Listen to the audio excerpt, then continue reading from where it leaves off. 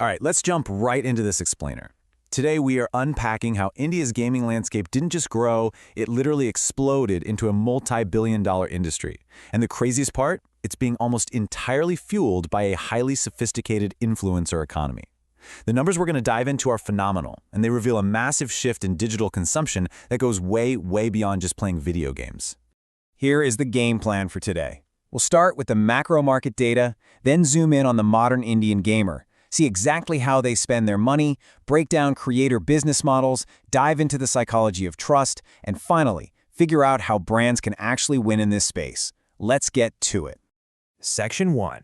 The Indian Gaming Boom. Get this, India's gaming market absolutely shattered expectations, hitting a massive $3.8 billion in revenue for fiscal year 2024. We are way beyond the days of calling this just a niche hobby, right? It's a major economic powerhouse that's absorbing millions of highly engaged users every single year.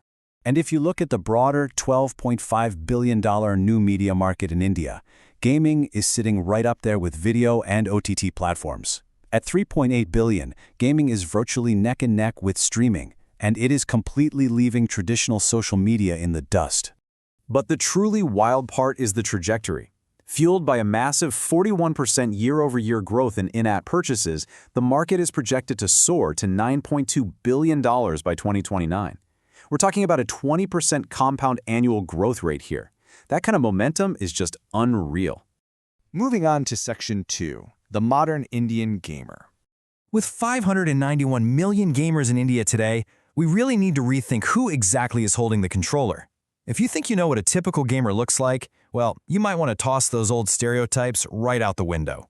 You'd probably assume it's mostly teenage guys in dark rooms, right? But the data completely shatters that myth. A very solid 44% of gamers in India are women. They're actually the ones largely driving the casual mobile gaming space, proving that gaming is an incredibly mainstream, universal thing now. Plus, 66% of these gamers, they're coming from non-metro cities. This is a true pan-Indian phenomenon. It's not just some big city trend. Affordable smartphones and cheap data have successfully democratized this kind of interactive entertainment across the whole country. And we're seeing engagement absolutely skyrocket. The average weekly time spent gaming jumped 30% in a single year, going from 10 hours up to 13 hours. People aren't just downloading apps to kill a few minutes. They are dedicating huge chunks of their daily lives to these virtual worlds. All right, Section 3. How gamers spend money. So gamers aren't just spending their time anymore, they are actively opening their wallets. The annual average revenue per paying user grew 15% year over year, hitting $22. When you multiply that $22 across the massive user base we just talked about, the revenue generated is, frankly, astronomical.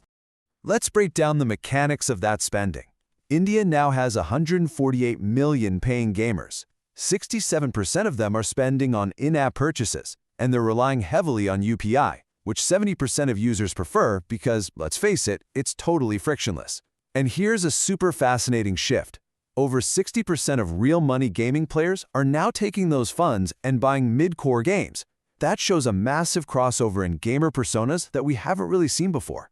Which brings us to Section 4, the influencer business model. So who's actually capturing and monetizing all this massive audience attention? The influencers, of course. Academic research shows top creators are operating as full-fledged businesses right now. Interestingly, they rely on brand sponsorships for up to half of their income. YouTube ad revenue is totally secondary, pulling in maybe 25 to 35%, and then that's followed up by live stream donations, affiliate links, and merch. Look, in the creator economy, diversification literally means survival. Creators who spread their income across brand deals, donations, and merch are the ones who survive crazy algorithm changes or unexpected game bans, like that huge PUBG mobile ban back in 2020. Micro-influencers are actually the most at risk here, since they often depend heavily on highly unstable ad revenue for up to 55% of their total income. Moving to Section 5, the psychology of trust. But why do fans listen to these creators enough to actually buy what they're selling? Academics call it parasocial interaction theory.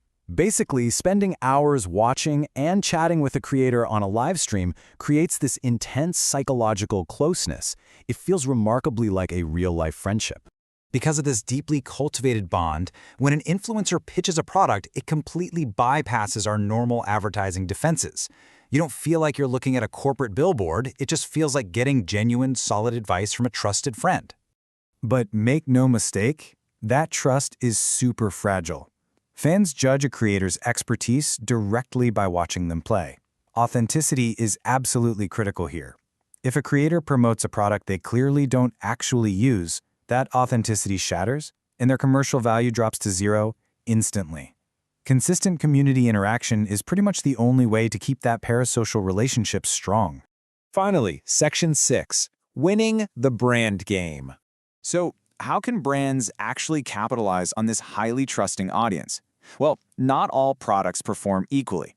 Gaming gear and lifestyle-adjacent items, think energy drinks, convert amazingly well. But completely unrelated categories, like high fashion or banking apps, really struggle to land. Their effectiveness is noticeably lower. It's the classic battle of endemic versus non-endemic products. A gamer recommending a headset works perfectly because the audience has literally watched them use it for hundreds of hours. It's endemic.